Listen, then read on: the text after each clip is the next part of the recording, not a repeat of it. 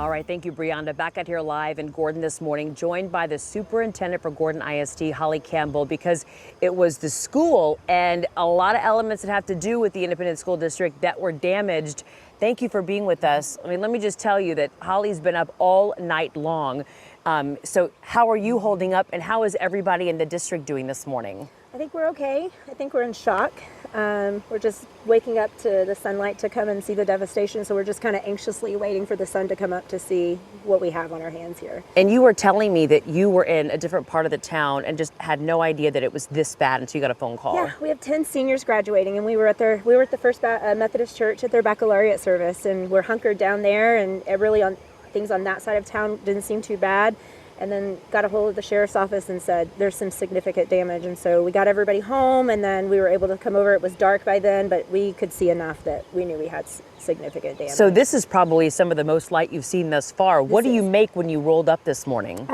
It takes your breath away, you know. This facility here is where our kids spend their summers.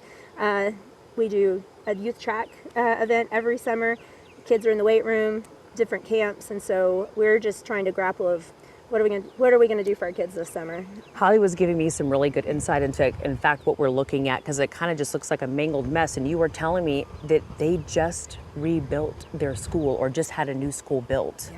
Yeah. We have a brand new secondary facility that we moved into in August, and then we had a renovation for our elementary that we just moved in January.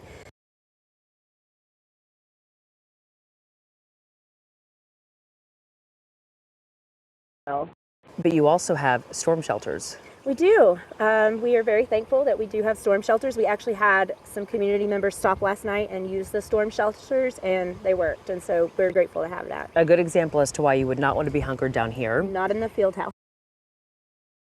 This morning, you've got a lot on your plate.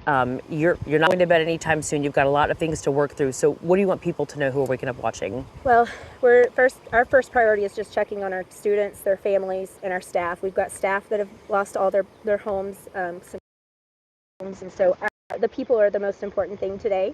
And then secondly, we're just waiting for the sun to come up so we can assess the damage. We're going to start taking pictures, videos, and getting insurance adjusters out here, so we've just got to see what's on our hand. And then thirdly, we're making a plan to tie this year up. Like I said, we've got 10 seniors that we want them to have this moment and, you know, end their year on a high note, but we've just got kids at all ages that we've got award ceremonies and banquets and a baseball playoff game. We're actually at 7:30 this morning sending 4 kids off to Austin to the state academic.